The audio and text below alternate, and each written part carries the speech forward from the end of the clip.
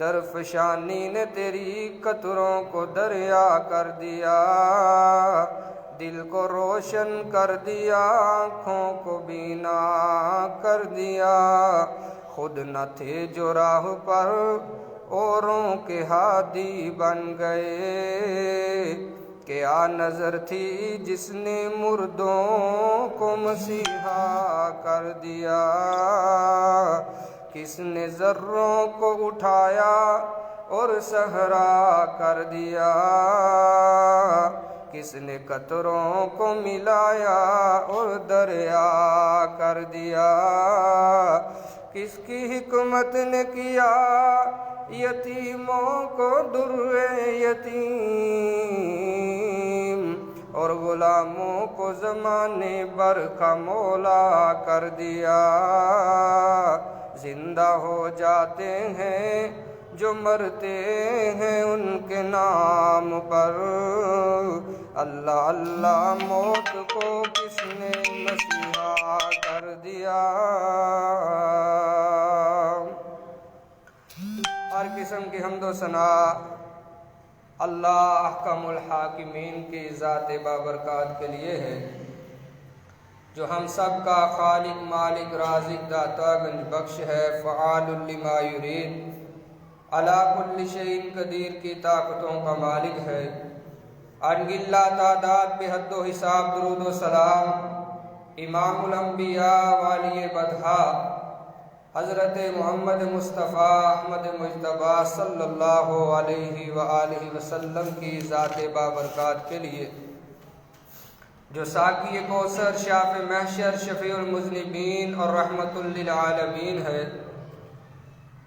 رحمت اور بخشش کی دعائیں صحابہ کرام، تابعین اعظام، فقہائے دین، ائمہ دین اور قیامت تک آنے والے موحد مسلمانوں کے لیے۔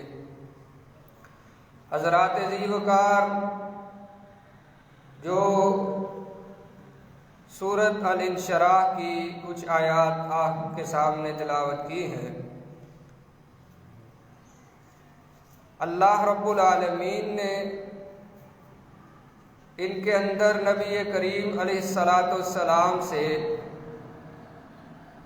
اس بات کا اظہار کیا ہے کہ الم نشرح لک صدرک، کہ اے میرے محبوب صلی اللہ علیہ وسلم، ہم نے آپ کے سینے کو کھولا نہیں ہے۔ نبی کائنات صلی اللہ علیہ وسلم پر ایک ایسا وقت آیا کہ جب وحی کا تسلسل منقطع ہو گیا، وحی آنا بند ہو گئی۔ لوگ تو پہلے ہی بڑے مخالف تھے، کوئی موقع ایسا ضائع نہیں ہونے دیتے تھے کہ جہاں پر آپ علیہ السلام کو ستائے نہ، تکلیف نہ دیں۔ اب وحی آتی آتی رک جاتی ہے اور 17 دن تک وحی جو ہے وہ بند رہتی ہے۔ لوگوں کے تانے جو ہے وہ بڑھتے چلے جاتے ہیں۔ کوئی مجنون کہتا ہے، کوئی کہتا ہے کہ نعوذ باللہ وہ شیطان جو اس کے ساتھ تھا وہ اس کو چھوڑ گیا۔ کوئی کہتا تھا کہ جو جادوگر اس کے ساتھ تھا، جو شاعر تھا وہ اس کو چھوڑ گیا۔ اب وحی کے نام پر جو ہے یہ کوئی بات نہیں کرتے کہ نعوذ باللہ اس کا رب جو ہے وہ ان کو چھوڑ گیا ہے۔ اس وقت رحمت کائنات صلی اللہ علیہ وسلم نے اپنے رب سے فریاد کی، گر گڑائے کہ الہ العالمین، یہ کائنات کے لوگ مجھے مجنون کہے مجھے برداشت ہے، مجھے جادوگر اور ساحر کہے مجھے برداشت ہے، مجھے دیوانہ کہے مجھے برداشت ہے، مجھے تانا دے، میرے گھر والوں کو تانے دے، مجھے برداشت ہے الہ العالمین، لیکن مجھے یہ بات برداشت نہیں ہے کہ یہ لوگ کہنا شروع کر دیں کہ تجھے تیرا رب چھوڑ گیا ہے۔ مجھے یہ بات برداشت نہیں ہے الہ العالمین اپنا رحمت کا دامن پھیلائیے، کوئی کرم کیجئے تاکہ ان لوگوں کے منہ جو ہیں وہ بند ہو جائیں اور مجھے بھی کوئی تسلی ہو جائے، کیونکہ مجھے یقین ہے ساری کائنات چھوڑ سکتی ہے، لیکن ایک تو ہی تو ہے جو ہر لمحے مجھے سہارا دیتا آیا ہے۔ مجھے یقین ہے کہ تو مجھے کسی بھی موقع پر کسی لمحے نہیں چھوڑے گا، لیکن یہ ان کے تانے ہیں، ان کا بھی تو کچھ کرنا ہے۔ تب اللہ رب العالمین نے، اللہ کی رحمت بھی جوش میں آئی کہ میرے محبوب کو اس کے محبوب کا تانا دیا جا رہا ہے کہ وہ اس کو چھوڑ گیا ہے۔ تب اللہ نے سورہ نازل کی، سورۃ الضحیٰ اور سورۃ علم نشرح جو ہے، فرمایا بسم اللہ الرحمن الرحیم والضحیٰ واللیل اذا سجا ما ودعک ربک وما قلی۔ میرے محبوب صلی اللہ علیہ وسلم جی، ہم کو قسم ہے چڑھتے دن کی روشنی کی قسم ہے، ہمیں رات کے اندھیروں کی قسم ہے، اللہ نے نہ تو آپ کو چھوڑا ہے نہ وہ آپ سے ناراض ہوا ہے۔ پھر اگلی سورت فرمایا کہ الم نشرح لک صدرک ووضعنا عنک وزرک۔ فرمایا میرے محبوب صلی اللہ علیہ وسلم جی، آپ ذرا بتلائیے نا، ہم نے آپ کے سینے کو جو ہے کھلا نہیں کیا تو کس نے کیا ہے؟ ہم نے آپ کا سینہ کھول دیا تھا۔ اب دیکھیے نا، ایک وہ پیغمبر ہے جن کو موسیٰ کلیم اللہ کہا جاتا ہے، اللہ نے ان کا سینہ بھی کھولا تھا، لیکن انہوں نے کہا تھا، دعا کی تھی، الہ العالمین میرا سینہ کھول دیجئے نا۔ فرمایا رب اشرح لی صدری ویسر لی امری واحلل عقدۃ من لسانی یفقہوا قولی۔ سیدنا موسیٰ علیہ السلام نے فرمایا الہ العالمین میں تیرا پیغمبر، میرا سینہ تنگ پڑ گیا ہے، جب میں بولتا ہوں تو بولا نہیں جاتا، الفاظ نکالتا ہوں تو نکالے نہیں جاتے، الہ العالمین اپنا کرم فرمائیے مجھ پر، رب اشرح لی صدری، اللہ میرے سینے کو کھول دیجئے نا اپنی رحمت کے ساتھ۔ انہوں نے مانگا تھا نا کہ میرا سینہ کھول دیجئے نا، پھر کہا اللہ میری زبان کی گرے بھی کھول دیجئے نا، جب میں بولوں تھوڑا بولوں، زیادہ اثر والی باتیں ہوں، بولوں تھوڑا اور اثر زیادہ ہو جائے، ایسے الفاظ عطا فرما دیجئے۔ اب ساتھ کہتے ہیں وَاحْلُلْ عُقْدَةً مِّن لِّسَانِي يَفْقَهُوا قَوْلِي، اللہ مجمع کو، سامعین کو میری باتیں بھی سمجھا دے، تو ہی سمجھانے والا ہے، تو ہی اثر ڈالنے والا ہے۔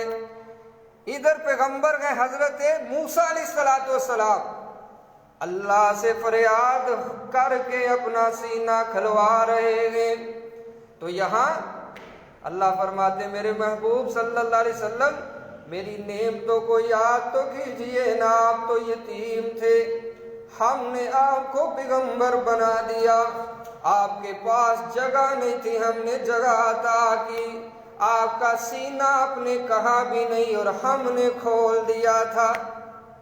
اللہ اکبر، آپ کا سینہ، اور 4 دفعہ نبی کائنات صلی اللہ علیہ وسلم کا سینہ پاک جو ہے وہ چاک کیا گیا ہے۔ ایک جب آپ بکریاں چرا رہے تھے اماں حلیمہ سعدیہ کی 3-4 سال کی عمر میں، دوسرا جب لڑکپن شروع ہو رہا تھا 15, 16, 17 سال کی عمر، تیسرے نمبر پر جب وحی کا نزول آغاز ہوا، اس وقت بھی اللہ نے آپ کے سینے کو جو ہے وہ چاک کیا، اور اسی طرح معراج کی رات بھی احکم الحاکمین نے آپ کے سینہ پاک کو جو ہے، آپ کے جو دل ہے اس کو چاک کیا اور ایمان کے ساتھ جو لبریز حصہ تھا اس کو برقرار رکھا، اور جو اس کے علاوہ کچھ ہر انسان کے اندر شریر قسم کا جو لوتھرا ہوتا ہے وہ اللہ نے نکال دیا۔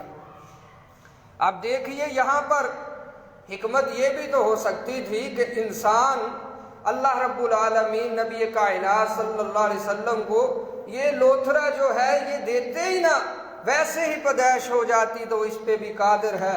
لیکن اللہ رب العالمین بتلانا چاہتے ہیں کہ جس طرح اگر کوئی بچہ نومولود پیدا ہوتا ہے اس کے ناخن نہ ہو تو انسان اس کو بھی عیب شمار کرتا ہے، اگر کسی بچے کے پیدائش کے وقت جو ہے سر کے اوپر بال نہ ہو تو اس کو بھی لوگ عیب شمار کرتے ہیں۔ تو کوئی یہ نہ کہہ دے کہ میرے نبی صلی اللہ علیہ وسلم کی فلاں جو چیز ہے وہ کم تھی، تو اس طانے سے بچانے کے لیے اللہ نے انسانیت جو ہے دوسری اسی طرح پوری جو لوازمات تھے اس کے ساتھ اللہ نے آپ کی پیدائش باسعادت جو ہے وہ فرمائی۔ اور پھر یہی ناخن اگر بڑھ جائے تو پھر بھی یہ باعث تانا ہوتے ہیں، اچھے نہیں لگتے۔ بال اگر زیادہ بڑھ جائیں تو وہ بھی جو ہے اچھے نہیں لگتے۔ تو اسی طرح اللہ رب العالمین نے جس چیز کو جتنا رہنا چاہیے تھا نبی کائنات صلی اللہ علیہ وسلم کا اتنا ہی کر دیا۔ عزیز دوستو بھائیو، اللہ رب العالمین نے شرح صدر فرمایا، آپ علیہ السلام کو جو ہے قرآن عطا کیا، تو کبھی آپ مکے کے اندر ہیں تو مکے میں قرآن آ رہا ہے، مدینے میں ہیں تو مدینے میں قرآن آ رہا ہے، جہاں جہاں آپ ہوتے ہیں وہیں وہیں قرآن کا نزول ہو جاتا ہے۔ اس کے برعکس سیدنا موسیٰ علیہ السلام کو بلایا گیا کوہ طور پر تورات لینے کے لیے کہ موسیٰ آئیے، میں تمہارا رب ہوں اور آپ کو تورات دینا چاہتے ہیں۔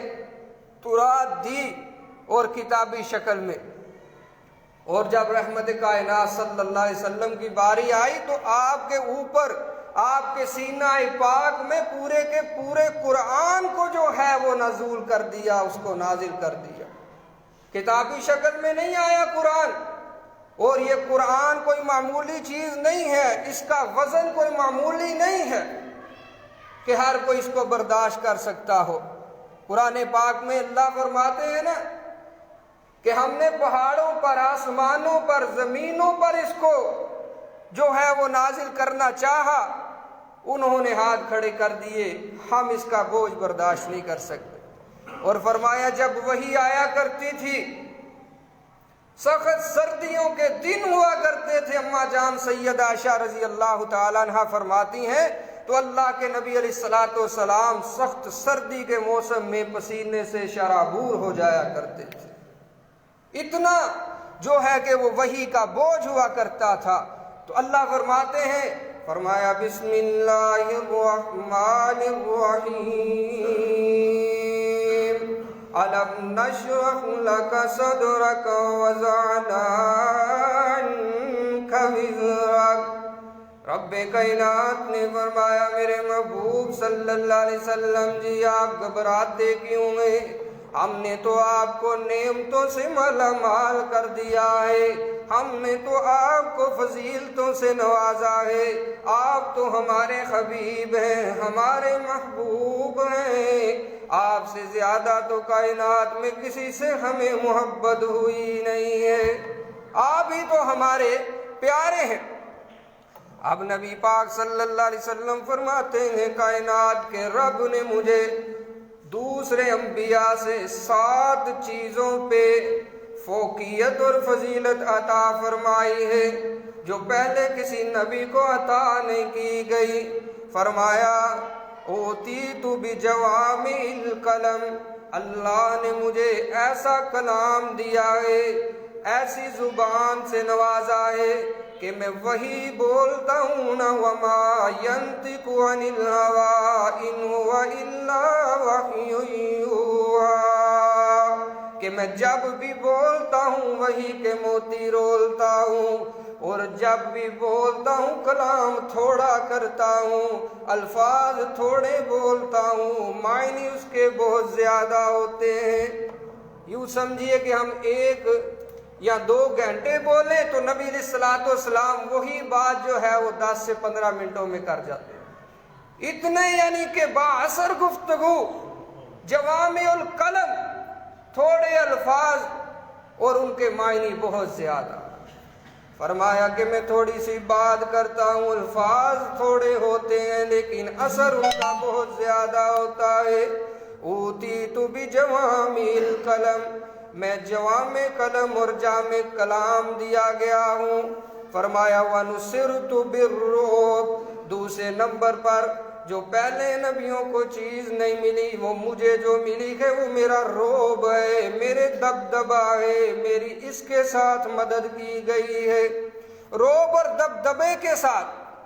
اور رعب کتنا ہے آقا علیہ الصلوۃ والسلام کا؟ فرمایا کہ دشمن 1 مہینے کی مسافت پہ ہوتا ہے، 1 مہینہ دور ہوں میں اس سے، لیکن اپنے وہیں بیٹھ کر کے وہ کانپ رہا ہوتا ہے، ہانپ رہا ہوتا ہے، میرا اتنا رعب ہے۔ اب دیکھیے نا، ہجرت کے موقع پر رحمت کائنات صلی اللہ علیہ وسلم اپنے حجرہ پاک میں ہیں، کافر جو ہے وہ پورے گھر کا محاصرہ کیے ہوئے ہیں ارد گرد سے، لیکن کسی کو اتنی جرت اور ہمت پیدا نہیں ہوتی کہ وہ آقا علیہ الصلوۃ والسلام کا دروازہ کھولے اور اندر داخل ہو جائے۔ یہ اللہ نے رعب دیا تھا، یہ دبدبا تھا، رعب تھا میرے عزیز دوستو۔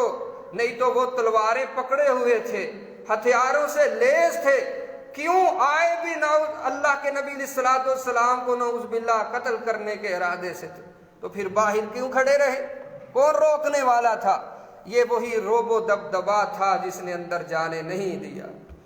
فرمایا وَنُصِرْتُ بِالرُّعْبِ، مجھے اللہ نے رعب اور دبدبا ایسا دیا ہے کہ دشمن 1 مہینے کی مسافت پہ ہوتا ہے اور وہیں پر ڈر ڈر کے کانپ رہا ہوتا ہے۔ فرمایا وَجُعِلَتْ لِيَ الْأَرْضُ مَسْجِدًا وَطُهُورًا، تیسری فضیلت اللہ نے جو مجھے عطا کی ہے، وہ ساری کی ساری زمین کو اللہ نے میرے لیے مسجد بنا دیا ہے، پاک کر دیا ہے۔ میں جہاں چاہوں نماز ادا کر سکتا ہوں، جہاں بھی میں ہوں وہیں میں اپنے رب کی عبادت کر سکتا ہوں، اپنے رب کے لیے سجدہ کر سکتا ہوں، اپنے رب کے لیے رکوع کر سکتا ہوں، قیام کر سکتا ہوں، میں جہاں کہیں بھی ہوں۔ اب پہلے لوگوں کے لیے کیا تھا؟ یہودی ہیں تو وہ اپنے معبد خانے میں ہی جا کر کے عبادت کر سکتے ہیں، عیسائی ہیں تو اپنے کلیسے میں جا کر کے ہی عبادت کر سکتے ہیں، کوئی بھی مذہب والا ہے وہ اپنی اپنی عبادت کرتا ہے تو اپنے اپنے مخصوص عبادت خانے میں جا کر۔ اللہ نے ہمیں مساجد جیسی نعمتوں سے بھی مالا مال فرمایا ہے۔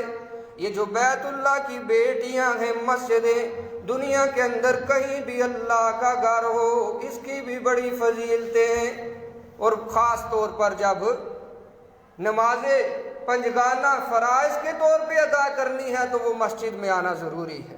مسجد کے علاوہ جان بوجھ کر کے اگر کوئی کہیں پڑھے گا نماز تو اس کی نماز اللہ کو قبول نہیں ہے۔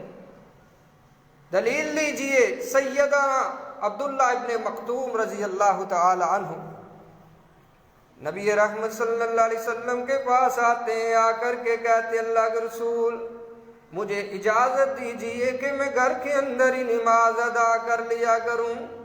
گھر کے اندر، وجہ بڑی معقول ہے، اللہ کے رسول نبی نظر نہیں آتا، رستے کا پتہ نہیں چلتا، گرتے پڑتے آتا ہوں، ہمیں زخم بھی لگ جاتے ہیں، تو آپ مجھے خاص اجازت دے دیجئے کہ میں گھر کے اندر ہی پڑھ لیا کروں۔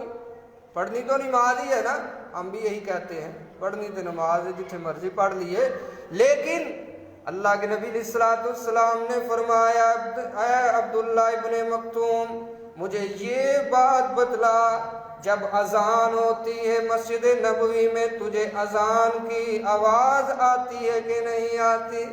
کہتے اللہ کے نبی صلی اللہ علیہ وسلم اذان کی آواز تو مجھے برابر آتی ہے۔ فرمایا پھر تیرے پاس کوئی عذر نہیں ہے کہ تو گھر کے اندر ہی نماز ادا کر۔ اللہ اکبر۔ بہت بڑا سبق ہے ہم مسلمانوں کے لیے کہ ہم کہتے ہیں کوئی بات نہیں، گھر کے اندر ہی پڑھ لیتے ہیں، پڑھنی تو نماز ہی ہے، یہ کوئی احسان تو نہیں ہے کہ جہاں بھی جو ہے اس کو بدلہ دے دیا جائے، احسان چکا دیا جائے۔ یہ اللہ کی عبادت ہے، اللہ کی جو ہے وہ شکرانہ ہے، اور جہاں اللہ فرمائیں گے وہیں پر ہوگی۔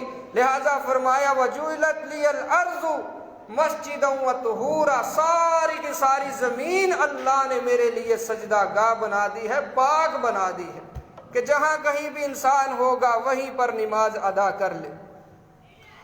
پھر فرمایا وَأُرْسِلْتُ إِلَى الْخَلْقِ كَافَّةً، اللہ نے مجھے یہ بھی فضیلت عطا کی ہے کہ مجھے ساری کائنات کا نبی بنا کر کے بھیجا ہے، قیامت تک کا نبی بنا کر کے بھیجا ہے۔ پہلے بھی انبیاء آتے رہے، کوئی خاص قوم کی طرف آیا، کوئی خاص قبیلے کی طرف آیا، کوئی خاص علاقے کی طرف نبی بن کر کے آیا، کوئی ایک ملک کا نبی بن کر کے آتا ہے، کوئی ایک صوبے کا نبی بن کر کے آتا ہے۔ فرمایا وَإِلَىٰ مَدْيَنَ أَخَاهُمْ شُعَيْبًا، مدین کی طرف، صرف مدین کی طرف ہم نے شعیب علیہ السلام کو نبی بنا کر کے بھیجا ہے۔ وَإِلَىٰ ثَمُودَ أَخَاهُمْ صَالِحًا، صالح علیہ السلام کو نبی بنایا تو صرف سمودیوں کے لیے بنایا۔ اسی طرح موسیٰ اور عیسیٰ علیہ السلام جو آئے ہیں وہ بنی اسرائیل کے نبی ہیں، لیکن فرمایا میرے محبوب صلی اللہ علیہ وسلم قرآن پاک کی زبانی اعلان فرما دیجئے نا۔ فرمایا قُلْ يَا أَيُّهَا النَّاسُ إِنِّي رَسُولُ اللَّهِ إِلَيْكُمْ جَمِيعًا، فرمایا میرے محبوب صلی اللہ علیہ وسلم کائنات کے لوگوں کو بتلا دیجئے نا۔ یا ایھا الناس، یا ایھا الذین آمنوا نہیں کہا، یا کسی ملک اور علاقے کو نہیں فوکس کیا، بلکہ فرمایا میں قیامت تک کے تمام لوگوں کا نبی بنا کر کے بھیجا گیا ہوں۔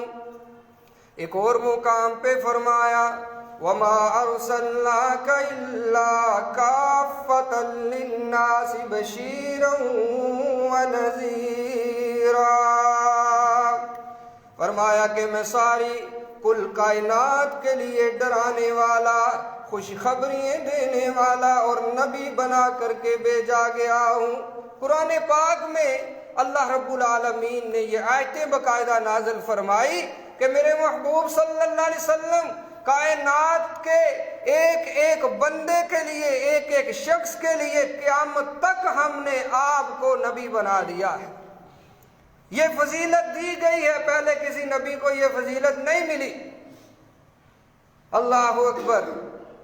پھر فرمایا وَخُتِمَ بِالنَّبِيُّونَ، فرمایا کہ جو ختم نبوت کا تاج ہے وہ بھی ہم نے آپ کے سر پہ رکھا ہے، آپ کے سر پہ سجایا ہے۔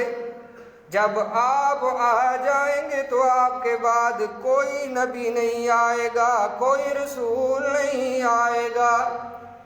فرمایا ما کان محمد ابا احد من رجالکم ولکن رسول اللہ وخاتم النبیین۔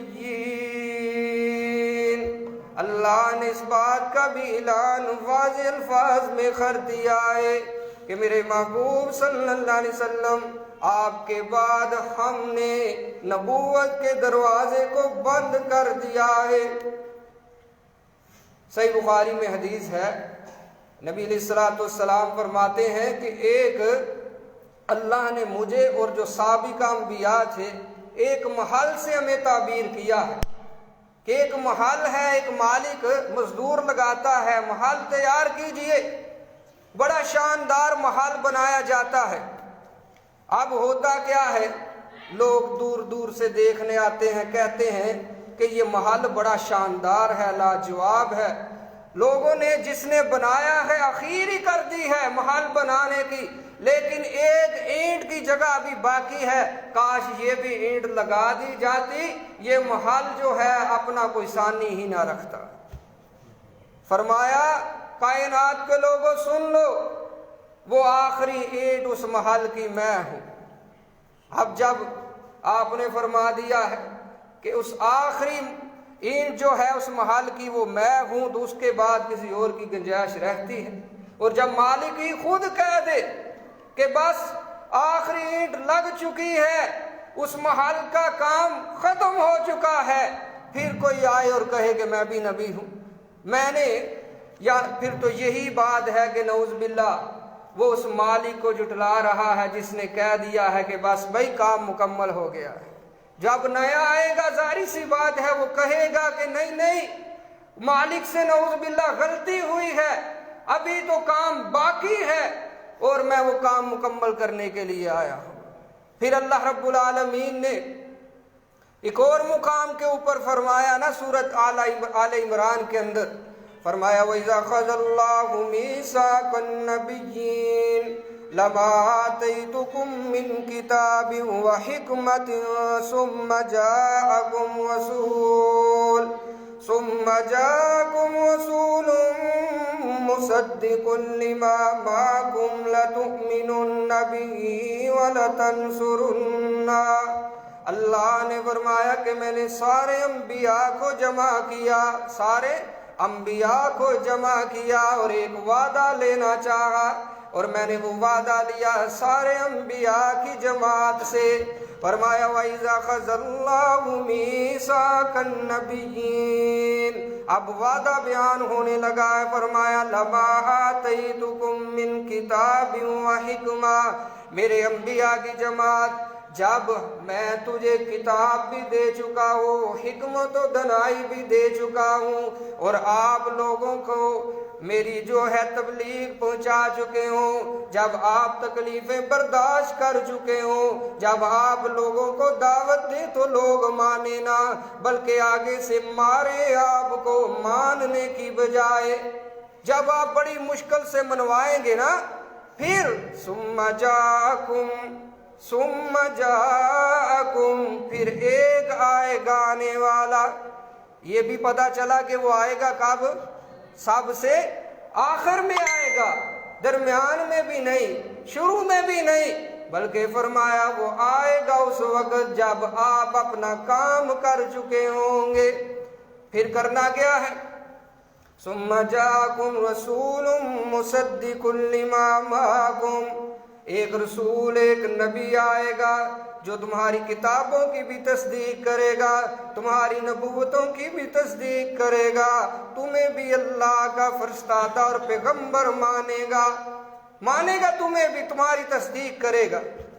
فرمایا اللہ پھر کیا کرنا ہے؟ فرمایا لَتُؤْمِنُنَّ بِهِ وَلَتَنصُرُنَّهُ، آپ نے اپنی دعوت کو چھوڑ دینا ہے، اپنی نبوت کو چھوڑ دینا ہے، تمہارا کام بس پھر ختم ہے، پھر ایک ہی کام تمہارا رہ جائے گا۔ تمام انبیاء کی جماعت سن لیجئے، ایک کام رہے گا، وہ کیا ہے؟ میرے محبوب صلی اللہ علیہ وسلم کے اوپر ایمان لانا ہے، اس کے ساتھی بن جانا ہے، ان کے معاون بن جانا ہے، پھر جیسے وہ کہتے جائیں گے ویسے ہی کرتے چلے جانا ہے۔ اللہ پھر کہتے ہیں کیا اس بات کا اقرار کرتے ہو؟ فرماتے ہیں اللہ کیوں نہیں ہم کرتے، ہم اقرار کرتے ہیں، ہم اس کے اوپر ایمان لائیں گے۔ فرمایا قال فاشهدوا وانا معكم من الشاهدين، اللہ فرماتے ہیں تم بھی گواہ ہو، میں بھی گواہ ہوں۔ اللہ اکبر، اللہ فرماتے ہیں میں خود بھی گواہ ہوں، اپنے نبی کی ختم نبوت کا میں خود بھی گواہ ہوں، تم تو گواہ ہو ہی ہو۔ اللہ اکبر، اللہ فرماتے ہیں میں خود گواہ ہوں۔ آپ اندازہ لگا لیجئے اب جو بھی آئے گا جھوٹا ہوگا، اللہ کی قسم ہے سچا نہیں ہو سکتا۔ بخاری کی حدیث جو میں نے آپ کے سامنے بیان کی ہے وہ بھی اسی بات کی دلالت کرتی ہے، اور یہ آیت مبارکہ جو ہے یہ بھی اسی بات کی کہ آنے والا سب سے آخر پہ آئے گا، جس کے لیے یہ وعدہ لیا گیا ہے۔ فرمایا پھر مجھے اوتیت الشفاء، مجھے سفارش جو ہے قیامت کے دن کی، اس کی بھی مجھے سعادت اور اجازت اللہ نے دی ہے۔ کوئی نبی شافع محشر نہیں بنے گا، حتیٰ کہ حدیث میں آتا ہے اللہ کے نبی علیہ الصلوۃ والسلام نے فرمایا لوگ اس وقت پریشان ہیں، جائیں گے آدم علیہ الصلوۃ والسلام کے پاس کہ آپ ابو البشر ہیں، انسانیت کے باپ ہیں، آج آپ ہماری سفارش کیجئے۔ کوئی کسی کے پاس جا رہا ہے، وہ ہاتھ کھڑا کریں گے کہ نوح علیہ السلام کے پاس جائیے، یہ 950 سال اللہ کی دعوت و تبلیغ کرتے رہے ہیں، اللہ کی طرف لوگوں کو بلاتے رہے ہیں۔ وہ بھی ہاتھ کھڑا کریں گے کہ نہیں میں نہیں، آج کوئی اور ہے۔ حتیٰ کہ جاتے جاتے سارے لوگ جو ہیں وہ آئیں گے امام الانبیاء حضرت محمد مصطفیٰ احمد مجتبی صلی اللہ علیہ وسلم کی بارگاہ میں آپ کے پاس آئیں گے کہ آج آپ ہماری سفارش کیجئے۔ فرمایا پھر اس وقت میں اللہ کے حضور سجدہ ریز ہو جاؤں گا، اور میں اتنا لمبا سجدہ کروں گا، میں اللہ کے سامنے گر گڑاؤں گا، آنسوؤں کی برسات لگاؤں گا، پھر حکم ہوگا ارفع راسک یا محمد صلی اللہ علیہ وسلم، اے میرے محبوب صلی اللہ علیہ وسلم سر اٹھائیے، سل توتا مانگیے، آپ کیا مانگتے ہیں؟ اشفا تو شفا، آپ جس کی سفارش کریں گے میں اس کی سفارش قبول کروں۔ فرمایا یہ بھی فضیلت کسی نبی کو دی گئی نہیں ہے، یہ بھی مجھے ہی دی گئی ہے۔